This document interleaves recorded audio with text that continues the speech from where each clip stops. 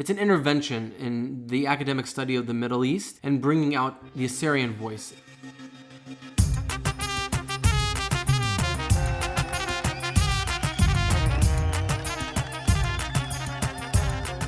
Hi friends, and welcome to the Assyrian Podcast. My name is Steve, and I'll be your host for this episode number 15. We're going to get to know Joseph, or Joey Hermiz. Joey has a bachelor's degree in history and religious studies from Arizona State University, and he has a master's degree from the University of Chicago, where he is currently in his second year as a PhD student in the Department of Near Eastern Languages and Civilizations. His research focuses on Assyrians in the late Ottoman Empire from the 18th to the 20th century. If you've ever wondered what Assyrians were doing about 100 years ago, he's the one to talk to. Joey has extensive knowledge about Assyrians from all around the world. In this interview, you'll catch a feel for how important his work is not only for the Assyrian people, but for all people.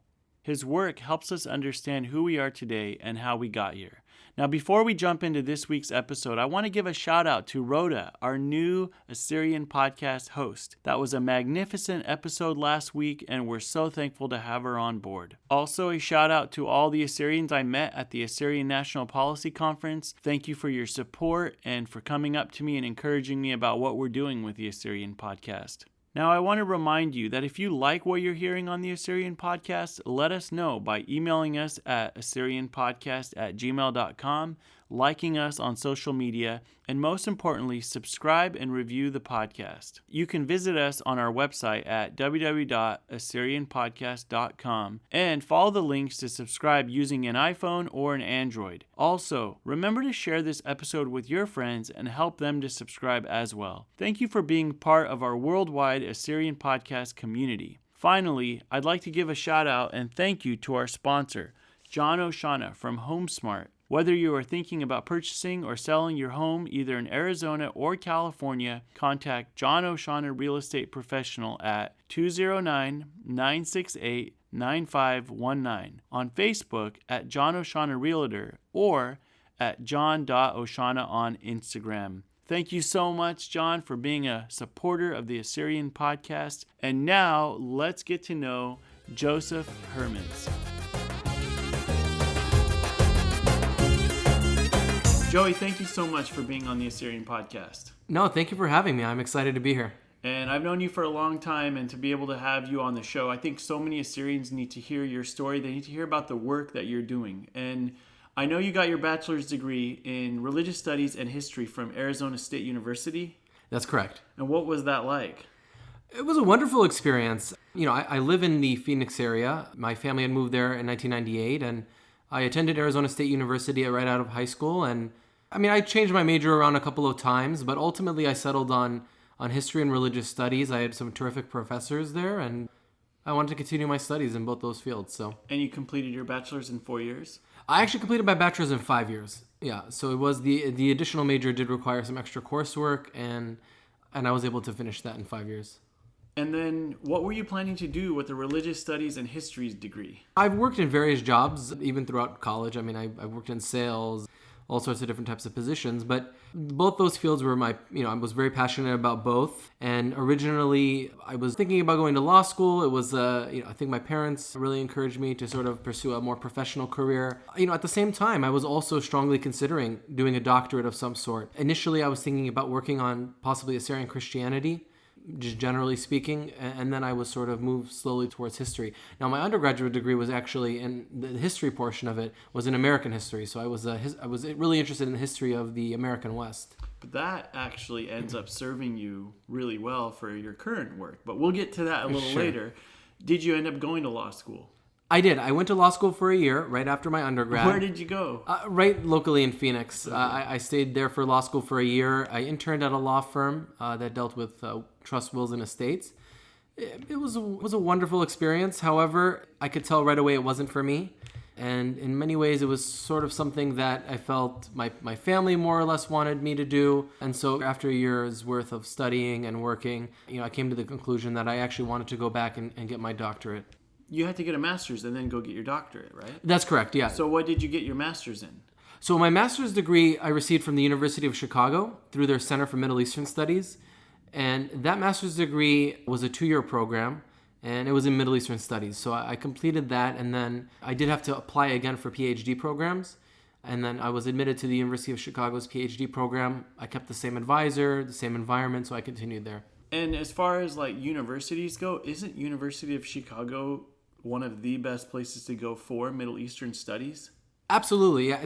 We have a terrific department at the University of Chicago. I remember when I showed up there for the orientation, one of the professors had said, this is one of the only departments in the world where you can study from ancient Sumer to the modern Middle East. I mean, you get everything in between. So thousands of years of history, all in one department. And it's a wonderful department. My colleagues there are all terrific. My advisor is a wonderful person, and I really enjoy working with her. And it's a terrific environment to really be working seriously on Middle Eastern history. So when you did your bachelor's and then you went to law school and realized, law school wasn't for you, you then continued to follow your passion for history, and you did Middle Eastern Studies at the University of Chicago. Yes. Which I'm sure choosing where you would end up studying and all of that was a big process. And then after you finished your master's, you made the leap into doctoral work to do a PhD in modern Assyrian studies. Yeah, so I work in like modern Middle Eastern, late Ottoman history. So I'm interested in the history of the Middle East in the 19th and early 20th centuries. And my current research is solely on like the Assyrian community, both in the Middle East and in the United States during the period of the First World War, post-World War period. But generally speaking, I'm interested in many of the political and social transformations that took place in the Middle East from the late 19th century to the early 20th centuries.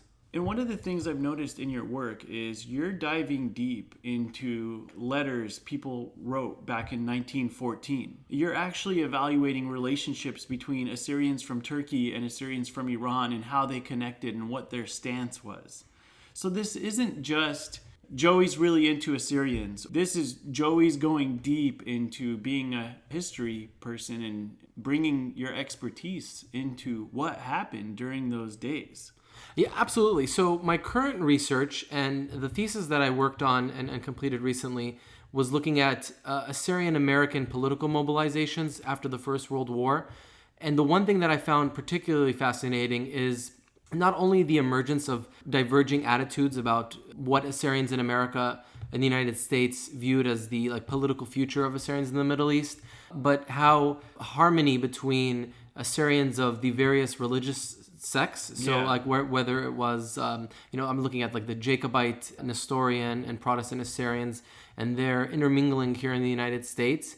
And essentially, not only did that create a sort of social and cultural unity in the United States, another layer to it in the post-World War I period was the realization of an Assyrian state that could encompass all the territories where these various Assyrians came from. So all the way from, southeastern Turkey through Iraq and Iran and all these different territories, crossing all sorts of denominational boundaries. And that's where my current research is really focused on, and seeing how this really the origins and the conceptualization of an Assyrian homeland as a political entity after the First World War. Yeah, and if I'm hearing you correctly, then there was lots of movement because people were being forced out, genocide, wars.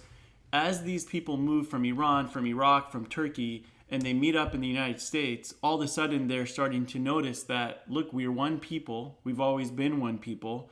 And we've got to determine a plan for a parcel of land. And that's what you're researching. What were the different ideas and plans? Sure. Yeah. I mean, that's one aspect of it, right? It's very interesting to see the sort of different conceptions they had and the sort of political projects they were trying to achieve in that period. But what you also see, though, is that the emergence of an Assyrian homeland as a political entity, like a geopolitical entity, was very much a product of the First World War and the experience of Assyrians in the First World War, because it served multiple purposes, right? So this idea was quite popular at the time. It's referred to generally, this 1917 to 1919 period, as the Wilsonian moment. A professor at Harvard University, Eretz Menela, wrote a book called The Wilsonian Moment, and it's essentially a thesis that colonized and stateless peoples in the post-World War I period appropriated Woodrow Wilson, the President of the United States at the time, his rhetoric, whether it be in his Peace Without Victory speech from 1917 or his 14 Points speech in 1918. And this idea emerged that a family of nations, right? The League of Nations was to be created, and that all the nations of the world would have a seat at the table. And Assyrians, like many other communities throughout the world, saw that, it gave them a political imperative to... So he was trying to create a world community. And that's the idea of the League of Nations, right? It was this idea that the nations of the world... Of course, in hindsight, we know that the colonized and stateless peoples really weren't in that picture. The family of nations that they were referring to was mostly the great European powers, and the ones who were actually doing all the colonizing of what we refer to now as like the Third World or colonized world. And nevertheless, like you see all these groups throughout the world mobilizing and trying to petition the world powers at the time to essentially create states or to free them from colonization or whatever sort of state of political limbo they may have been in at the time. Assyrians were very much a part of the historical moment. And I think from a historical perspective, what's really fascinating about it is that it really required Assyrians, and it gave the imperative of actually conceptualizing the Assyrian homeland and drawing its borders on a physical map, because obviously up until that time, Assyrians had many different conceptions of what was the homeland, and now they were sort of thrust onto the world stage to actually formally conceptualize it and draw it on an actual map. And so that posed a lot of challenges, not only for Assyrians, but for the world powers as well, and as they were redrawing the Middle East and the world together. What could those people have done to have secured a parcel of land? And is there anything they could have done? Because what you described is, we're pretending like we want to create a world community, but in reality, we've already parceled it out in the way that works best for us. And we're going to give others an opportunity to have their own, but then it didn't work out. And there's lots of people it didn't work out for. So what could have been done that would have made it work out if that's a reality? Sure. That's a question I really can't answer. And it's a question I don't think most historians would want to answer. It's not really, it's a difficult, because obviously we can't predict the future, and we can't really look back at these things and make any sort of like value judgments on them in terms of what could have been done better or not. But I will say is that the post-World War I period was a very disappointing moment for many stateless and colonized peoples throughout the world. And that's sort of the second part of Eretz Manella's book on the Wilsonian moment, is that not only were peoples throughout the world mobilized by Wilson's rhetoric, right, and sort of the internationalism or internationalist language that was very popular at the time, but it was also a part of the disappointments and the many popular rebellions that took place in 1919 and subsequent years against colonizing powers like the British in Egypt, the British in India as well. There was a rebellion against them in 1919, both in Egypt and India. In Korea, you had very similar instances from Japanese occupation, I believe, and in China and other places throughout the world, where I think people in the third world began to realize that their hopes and dreams weren't going to be accomplished easily. And it was, obviously, inevitably the same. It was the case for the Assyrians as well. And we're still there. We're still thinking about getting our own land. Sure, yeah.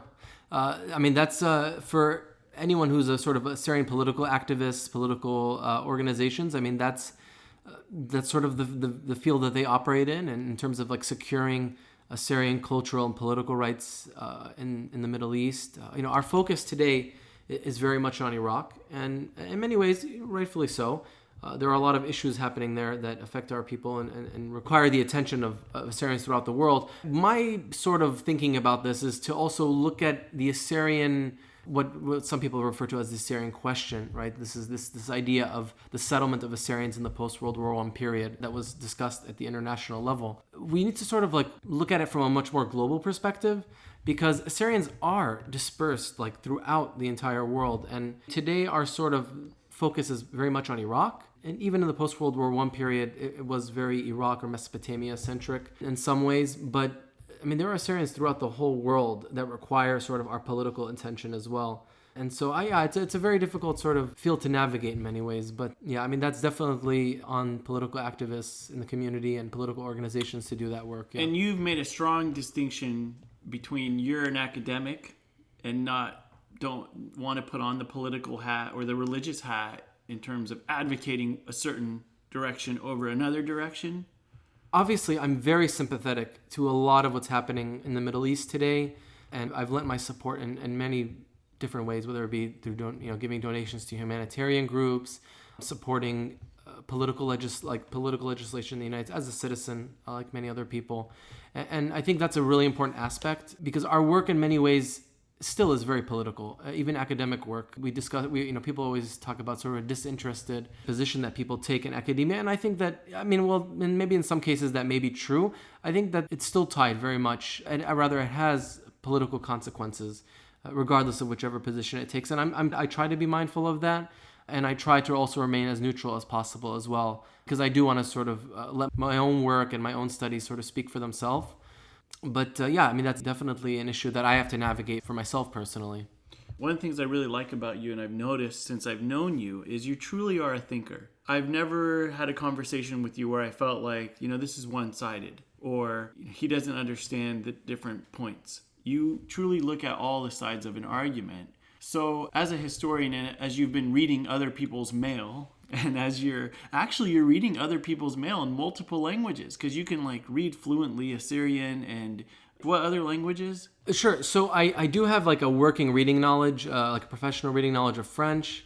And I am trying to work on German now, which is... Das ist gut? Ja, das ist gut. Ich spreche Deutsch, yeah. No, the thing is that... No, I'm working on German now because I do need... So my department actually has some very difficult, demanding requirements in terms of languages. And so I do need to have 2 European languages. So French and German are my 2 main European languages, working on German now. And then I've also studied Arabic for a few years now. So I do know, I can navigate modern standard Arabic texts and whatnot, especially with the help of a dictionary. I've also studied modern Turkish for a few years now, and I can get by that as well, fairly well. I was in Turkey over the summer as well. Gave me an opportunity to actually practice it a bit. What were you doing in Turkey? I took a summer Ottoman course, it was a summer school program focusing on Ottoman Turkish. So I was studying Ottoman Turkish for a month and a half. Jeez. On a little island off by the Aegean called Junda. And so it was a wonderful experience. And so I was studying Ottoman Turkish there, a little bit of modern Turkish, and even a little bit of Persian as well. So that was an interesting experience. So the languages I work with primarily it's modern Eastern Assyrian, classical Syriac, some Arabic, some Ottoman Turkish, some modern Turkish, and then French is very prevalent, especially for Assyrians in the post-World War I period. A lot of documents are recorded in French. And what's that doing to you, reading through those documents? How has that impacted you as a human to read your ancestors? Sure, it's a really fascinating sort of experience to go through. The sources I look at right now primarily are newspapers, and I'm interested in the various Assyrian newspapers that were published in the United States in the 1910s and 20s. And I would say that on the one hand, many of the issues that they were going through are the same issues that we go through today, whether they be societal, political, social. Many of the experiences are very similar in terms of adapting to a new country and importance of preserving our language and our history. These are all things that Assyrians were discussing, over 100 years ago in America.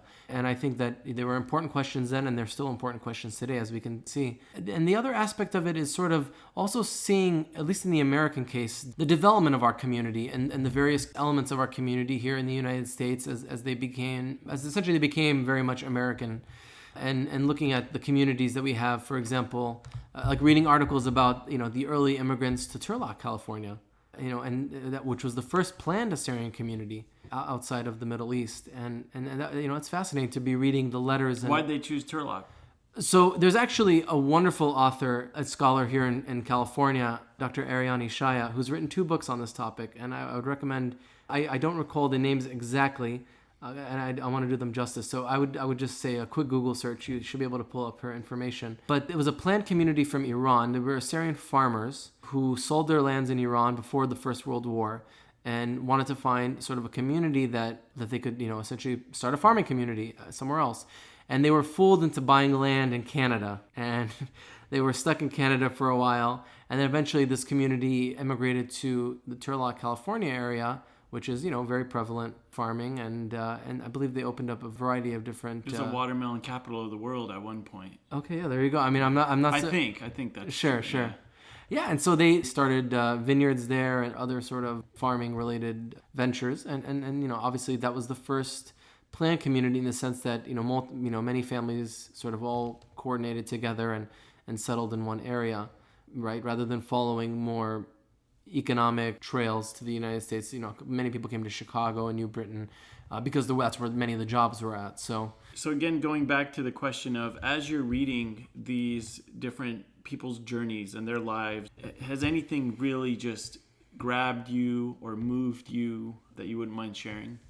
Yeah, absolutely. I think one of the most enduring things that I've come across is Assyrians in the United States sort of pushing their fellow Assyrians in the United States to organize politically and to organize on a more national scale. So, for example, there was an attempt to establish like an Assyrian treasury and sort of these very ambitious sort of projects. And I think that in many ways, that could have served the Assyrian community if there was an attempt to actually start some sort of Assyrian fund or Assyrian humanitarian organization 100 years ago. It may have had very lasting impact on the community. Unfortunately, as far as I know, most of those attempts were mostly unsuccessful. Probably the longest lasting, I would say, of these attempts has been like the Assyrian-American National Federation, which was established in 1933.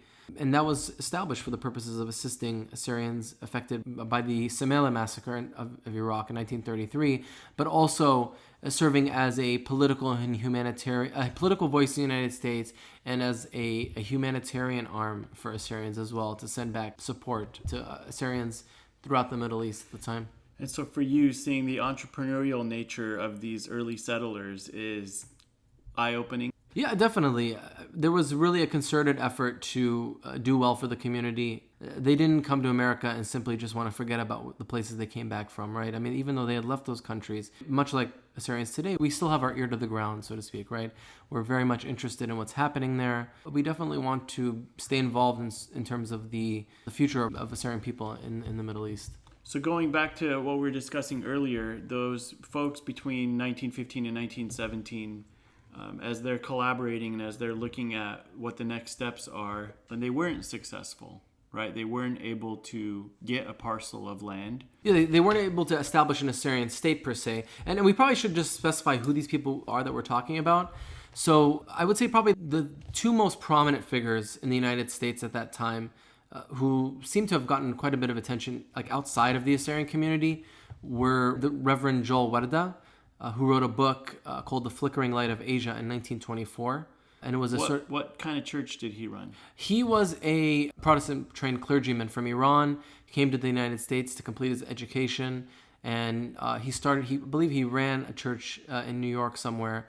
But he was like a big-time activist? Yeah, so very much so, yeah. He's an interesting character in many ways, but he was behind many of the early Assyrian newspapers that were established in the United States. One popular one that was published in English and in Ottoman Turkish was called the New Assyria. Obviously, in its name alone, they were very open about their sort of hopes in establishing a new Assyria, like a New Zealand and these other sort of countries. Then he also published a modern Eastern Assyrian newspaper out of New York called the Assyrian-American Courier. He was an important figure in sort of rallying and bringing together Assyrians, Western Assyrians and Eastern Assyrians together. Western Assyrians, for anyone who doesn't know, that's Assyrians who are from what we refer to as the Jacobite Rite Church, from Torabdin, from southeastern Turkey. And so he was very instrumental in sort of bridging the connections between the Eastern and Western Assyrians in the United States. So like in 1914, he met with Naum Fayek, among other men, prominent community leaders from both sides in New York. Who was the last person you just mentioned? Naum Fayek, very prominent. How do you say that? Naum Fayek. Fayek. Yeah, Fayek. Yeah. Fayek. Yeah, and so they met in New York in 1914, and the Assyrian National Associations of America was born as a result of that meeting, and that served as a umbrella organization for Assyrians in the United States, and it was essentially the predecessor of the Assyrian-American National Federation, the sort of model of various local chapter organizations and united under one larger umbrella organization, and in order to sort of coordinate efforts at a national level. Just talking to you, Joey, I've got this big smile on my face. I don't know anyone who's gone this deep into that time period. And you know all these people's names, you know where they met, what they talked about. That is amazing. And that is so unique. There isn't many people studying modern Assyrian studies. For their PhD. Sure, there aren't a whole lot out there, but I would actually, I would say that there are actually quite a number of members of our community who are really well informed. They may not be professional academics, but they actually know quite a bit about this history, and that's why I think it's also important to reach out to these members of the community and sort of inform them, build those sort of connections, because they may have archival material that could be useful to research and study at an academic level. And then I would also say a lot of material is actually available, especially on Assyrian history. I mean, if people are interested in reading Assyrian history from an Assyrian perspective, I mean, there have been a number of writers who've written books documenting our history in the 19th and 20th centuries. And yeah, I mean, there's a lot of great material out there that Assyrians can sort of just pick up. I mean, Joel Bada's book, The Flickering Light of Asia, is a great... what a name, huh? Yeah, and yeah, it's an interesting great book title, The Flickering Light of Asia. Yeah. So I think it's so cool that your Arizona State history degree in the United States and the American West ended up serving you so well, because you understand sort of these Assyrians and what it was like for them when they showed up in the United States. You were able to bring those two worlds together. Another, I think, an important question is, where is this going to go? When are you going to be getting your PhD officially? When do I have to call you Dr. Hermiz? Can I still call you Joey after that? Or one time, a friend of mine said that only my students call me doctor, so friends don't need. No, but I'll happily take some courses from you. Yeah, but yeah, when do you end up? When does that get settled? And then what does the future look like after that? Sure, yeah. Now, I still have at least a few more years left here before... I mean, I'm not even at the writing stage of my dissertation. I haven't even proposed it yet, so... So you already, with the knowledge you have, you're not even ready to write right now? No, I'm not. Not technically, yeah. I still have to complete what they refer to as comprehensive exams, so that's quite intensive. And they're going to ask you everything. That's what a comprehensive exam is, right? They're going to start... Yeah, so, my university has a particularly difficult exam process. I mean, we have to sort of be familiar with essentially all the major themes and aspects of Middle Eastern history from the time of Muhammad to the present time. So, I mean, you can sort of imagine that's quite a lot of history, especially for someone who doesn't work on, early Islamic history or medieval history or anything like that. So it's definitely challenging, but I'm up for the challenge, and I hope I do well, and I can continue on to proposing my dissertation at some point, which that'll also require me to give it some serious thought about what I want to actually write about, and then actually getting to the point of researching and writing the dissertation as well. And once you finish there, I hate to ask you to predict the future. Maybe you're just focused on, one day at a time, but do you have plans for after that? Sure, yeah. I mean, my objective is to work in academia, essentially be a professional academic. And that's sort of objective number one. That's what I'd like to do. So, and then we'll just kind of go from there. What you're studying is this really unique thing, Assyrian studies. What's the value? Where do you see it going? Why Assyrian studies? Sure. Now, Assyrian studies is very much a burgeoning field within, we could say, Middle Eastern studies generally. And so we do have a number of Assyrian scholars here in the United States who have been publishing material for, the last, I would say within the last 10 years. There's been quite a number of academic material that's been published by people like Professor Sargon Donabid and others as well. I mean, there's many I could name. And so Assyrian studies essentially is an it's an intervention in the academic study of the Middle East and bringing out the Assyrian voice in many aspects of it, whether it's in contemporary Middle Eastern history, if it's early 20th century history, incorporating the Assyrian narrative into these larger narratives about Middle Eastern history. And I would say that it has been very challenging because it is a somewhat relatively new endeavor. And it also lacks in many ways the sort of institutional and financial support that other sort of area studies, or we could say maybe ethnic group studies, enjoy, like Armenian studies or Jewish studies. Do you anticipate that improving? I spent a little bit of time actually looking at the history of, Armenian studies, and, it very much emerged early on as an attempt by Armenian communities, for example, like in Massachusetts, who saw the value of, researching and writing about and preserving Armenian history.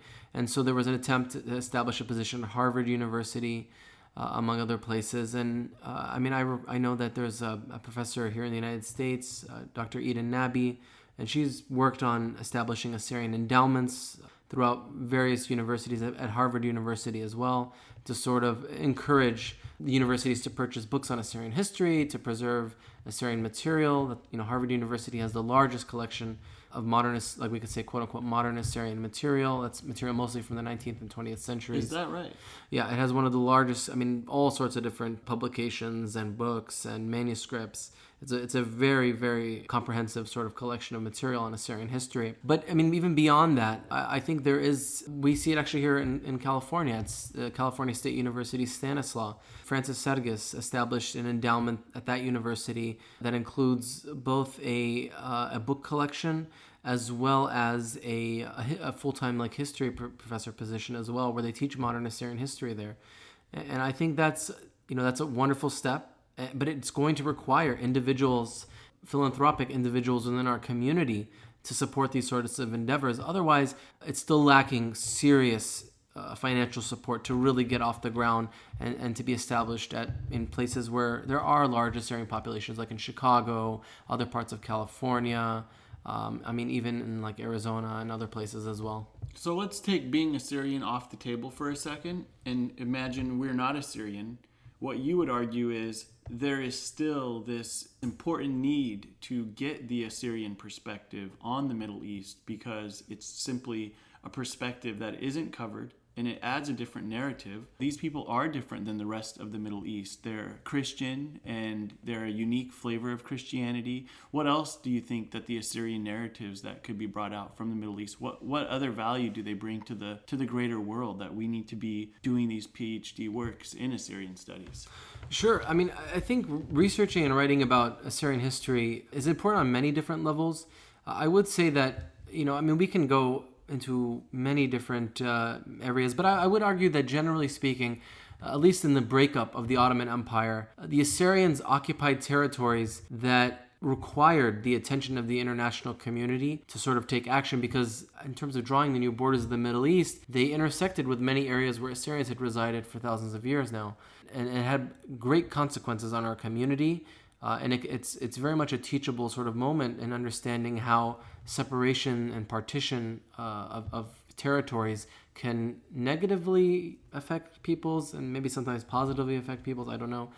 But in the Assyrian case, it very much disrupted and disconnected a cultural unity that had existed for quite some time. And obviously, in Turkey, that's a very unique position because there are no Assyrians of any sizable number in the Hakkari region, where many of them fled, and generally even the number of Christians in general in Turkey is pretty insignificant at this point.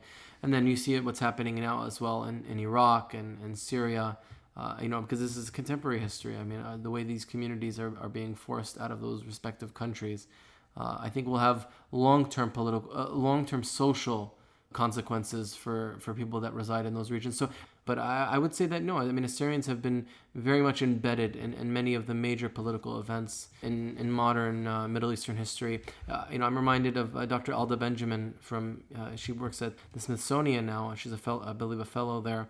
And she looked at Assyrian social and political organization in Iraq in the 1970s and 80s, and sort of seeing how Assyrians were negotiating their place within Ba'athist Iraq through literary and musical sort of avenues.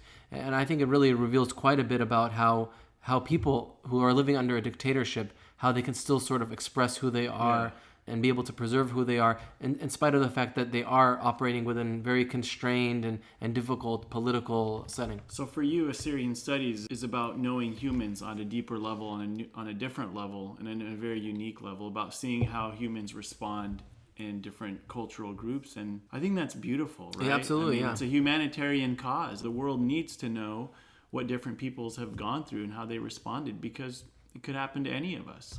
Yeah, absolutely, absolutely. And there have been some great attempts at preserving Assyrian history and promoting it at an academic level. I mean, I couldn't be able to do a lot of the work that I do without the help of the Modern Assyrian Research Archive. And their website is Assyrian-Archive.org. And I encourage anyone listening to this podcast to check out their website. And they've done a wonderful job of collecting and digitizing periodicals and books, and I mean all sorts of terrific material, and making it available for free online for someone like me, or just even your average sort of layman Assyrian who's interested in sort of delving a little more into our history. And, it's unfortunate because they don't really have the institutional support that they once did, so they haven't been able to really update anything in a number of years. And I mean, I hope that can change. Maybe someone listening to this podcast will react to that and try to help them out, but they're doing a wonderful job. They've done a wonderful job. Assyrianarchive.com? Assyrianarchive.org. Yeah. So with that being said, you're someone who I'm hoping throughout the years we're going to be able to follow your story, keep seeing where all this keeps going, and get you back on the show to hear what your next steps are. Absolutely, yeah. I mean, I'd be more than happy to come back and discuss, I feel like we could check in every 6 months because you're developing quickly, you're reading and nonstop research, so I'm sure your brain is just blowing up with new ideas. Definitely, yeah. I mean, there's always a lot of stuff happening in my life, good and bad, but mostly good for right now. Yeah. But it's really been a terrific experience, and I absolutely love what I do. It's very challenging, and it's not for everybody, but at the same time, it's I enjoy it. Like, I think if you love what you're doing, no matter how painful it may be at times to do it, I think you always will always find a way to enjoy the work. So I really do enjoy it quite a bit. So one of the things I love to let people say before we go is, if you could say one thing to all the listeners listening to the Assyrian podcast, what would you say? I mean, I would say, in respect to Assyrian studies and sort of just generally the academic study of Assyrians, I really encourage, especially the younger generation, young professionals, to, take an interest in our history and to seek out those Assyrians, because obviously I didn't get into this to make millions of dollars, and I do it because I'm very passionate about our history, and I think Assyrian history is an important area of study, and it needs to be promoted at at an academic level. And I would encourage any young Assyrians listening to this podcast to seek out the Assyrian academics in our community, and let's find ways of preserving our history and promoting it in all sorts of new ways. So Joey, it's been an absolute pleasure and joy to have you on the Assyrian podcast. I can't wait to check in with you down the road. Keep going, man. Your work is so important. When you're studying 8 a.m. to 11 p.m. and you hit those moments of like, what am I reading about this person for?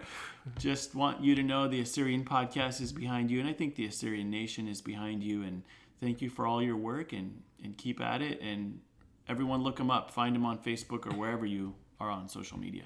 Thanks, Steve. You as well. Keep up the great work.